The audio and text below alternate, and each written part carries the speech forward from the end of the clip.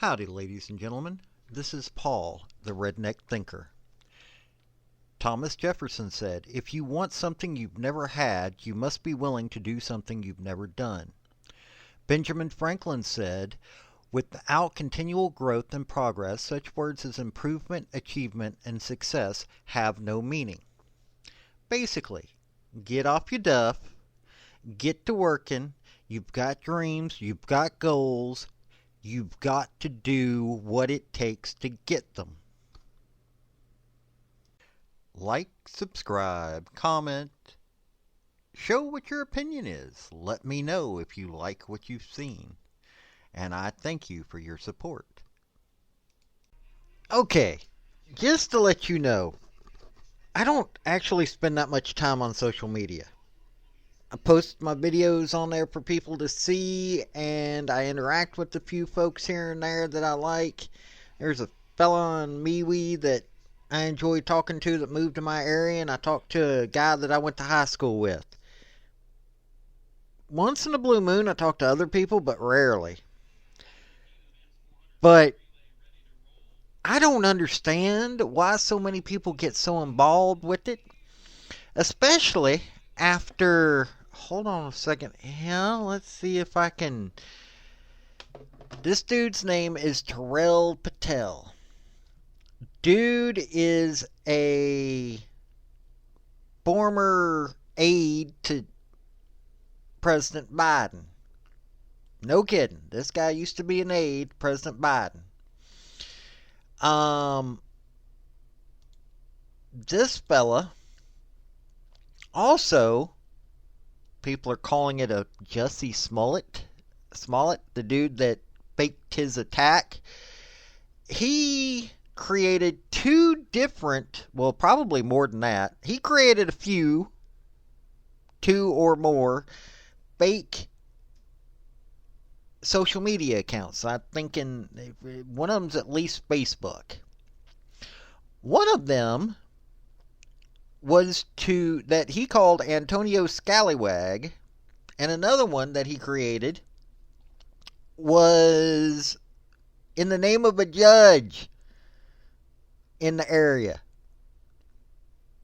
And he posted fake comments, some of which was attacking his campaign. What is it with Democrats? How can we believe the folks that we talk to online? I listen to some of these folks making some of these comments, and I'm just sitting there going, okay, how does anybody believe the things that are coming out this person's mouth? This is what makes it so that you can't educate somebody because you don't know if they're real or not. Well, let me get into some of the comments and everything or some of the stuff that came out of this dude. Okay, this is happening in Fort Bend, Texas.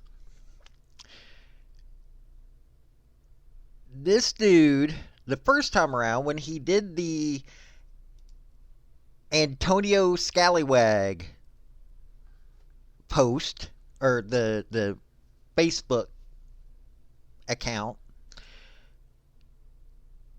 he was accused of creating a fake Facebook account to attack his opponents. But here's the thing. He started having racist comments posted to his social media pages. And he started pointing this out and making comments, making a big deal out of it. So the Republican that he was running against, who's been there for quite a while, said that the police needed to investigate. The Republican that he's running against is a gentleman by the name of Andy Myers. This guy's been in that office for a long time. But Andy Myers, being a concerned individual and not wanting any of the people voting for him to be racist, got hold of the cops and said, "Hey, might want to look into this. This is making me look bad, on top of the fact of I don't appreciate it." Well, turned out they did an investigation, and it was found that he had created the account that was doing the attacking. There may have been others, but one of the account, at least one of the accounts, if not all, he may have been all of them. I don't know if that's been found, but Texas Rangers were working with the district attorney's office to find out, and then they found out, and it turned out that the Texas Rangers found that the culprit was the person supposedly getting attacked. And so they charged him.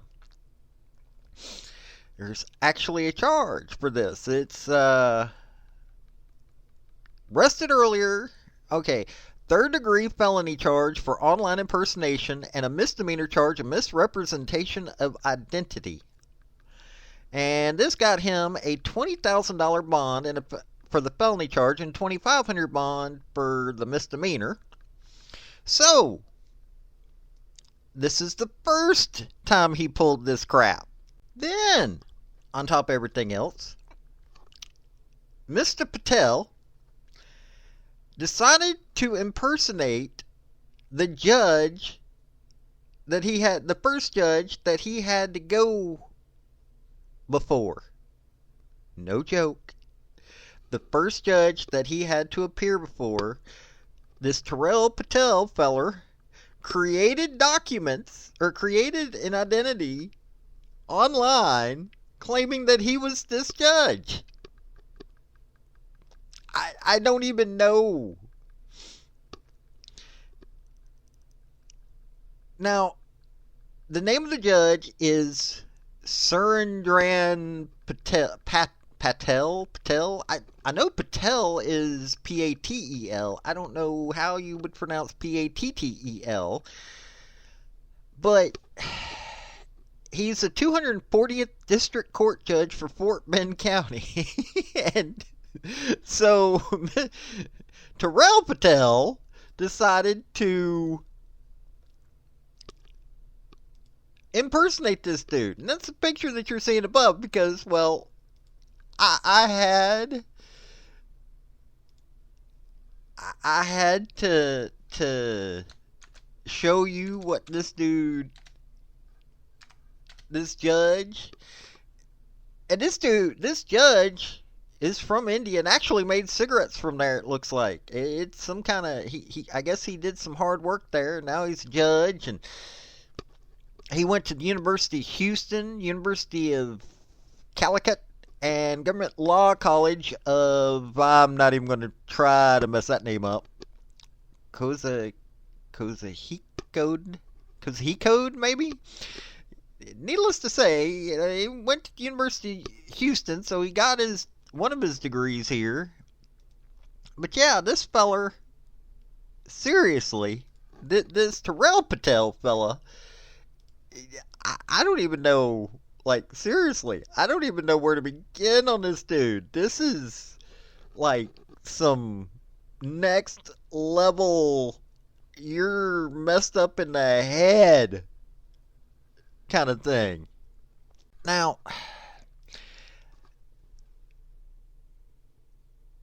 Taral Patel, Mr. Patel, was appointed by Joe Biden to serve in the office of the White House liaison to work on matters related to housing, urban development, and disaster recovery and resilience. During his time with the president, Taral also was a key member of the White House Asian American, Native Hawaiian, and Pacific Islander Committee. He previously served as chief of staff for the Fort Bend County, overseeing almost $1 billion county budget, hundreds of millions in grants. I'm wondering if somebody needs to, like, do a major audit now of Fort Bend County to see if there's any weirdness going on. I would hope to God they've already done an audit, and I'm hoping to God that he wouldn't do that, but how can you tell?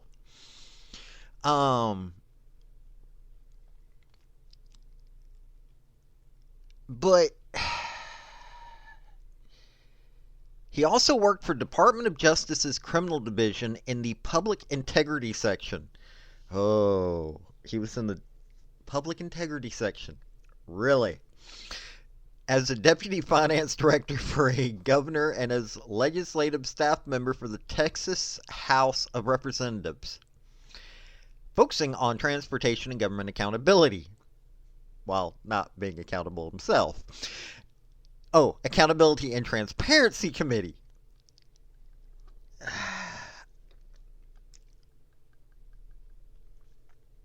You couldn't make this up if you were a stand-up comedian. I'm serious. I'm thinking this is a bad B comedy movie. This is something that I could foresee Adam Sandler starring back in the day. This is how bad this is. How bad of a joke that this is.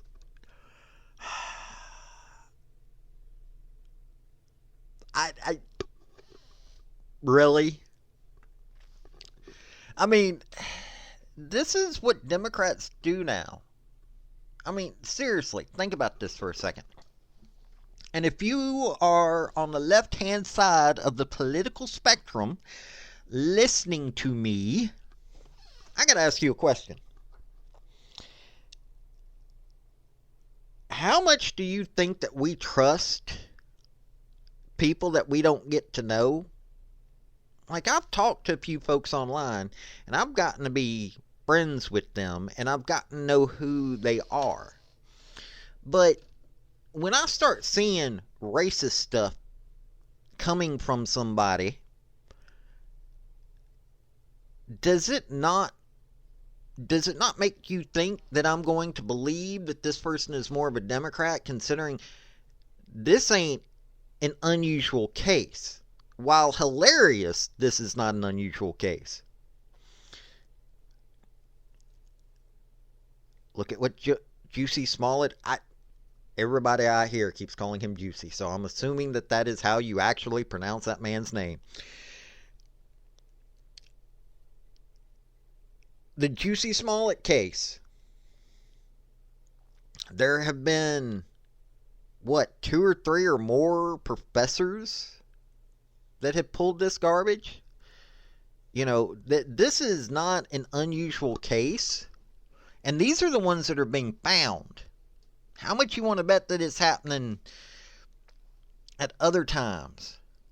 And I hear so many times of folks creating profiles that are of the Democrat persuasion to take a look to try to understand where these races come from. And then they find out, some of them actually find out that, hey, we ain't racist. We're actually kind of cool to get along with. Because I know this much. If a person's willing to actually discuss politics with me,